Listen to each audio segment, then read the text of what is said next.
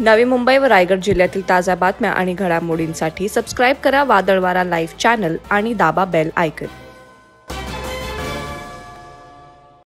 मुंबईहून एक धक्कादायक घटना समोर आली आहे। सोशल मीडियावर झालेली मैत्री एका 15 वर्षीय नेपाळमधील मुलीला चांगलीच महागात पडली आहे।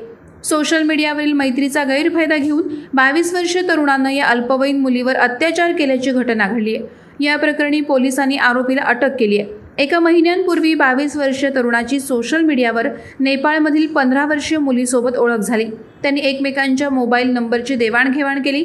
त्यानंतर दोघांनी चॅटिंग सुरू केली। या तरुणानं मुलीला लग्नाचं आश्वासन देऊन मुंबईत बोलावलं। नेपाळमधील या मुलीनं तिच्या या ऑनलाईन मित्राबद्दल कुटुंबातील कोणत्याही सदस्याला काहीही माहिती दिली नाही। या तरुणानं मुलीला धमकी दिली होती की तू मला भेटायला मुंबईत आली नाही तर मी जीवन संपवेन। त्यानंतर मुलीनं एकट्यानं मुंबईच्या दिशेनं प्रवास करण्यास सुरुवात केली। पोलिसांच्या माहितीनुसार नेपाळमधील मुलगी ही नेपाळवरून बसने 17 मार्चला उत्तर प्रदेशच्या गोरखपूरला पोहोचली।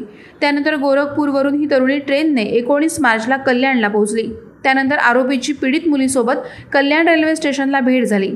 त्यानंतर या तरुणानं तिला रिक्षानं मुंब्रा येथील भाडेतत्वावरील एका घरात नेलं। या घरात तरुणानं या मुलीवर अत्याचार केला।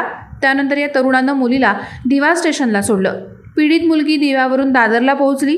या प्रवासादरम्यान एका प्रवासी व्यक्तीला तिच्यासोबत विपरीत झाल्याचं कळलं।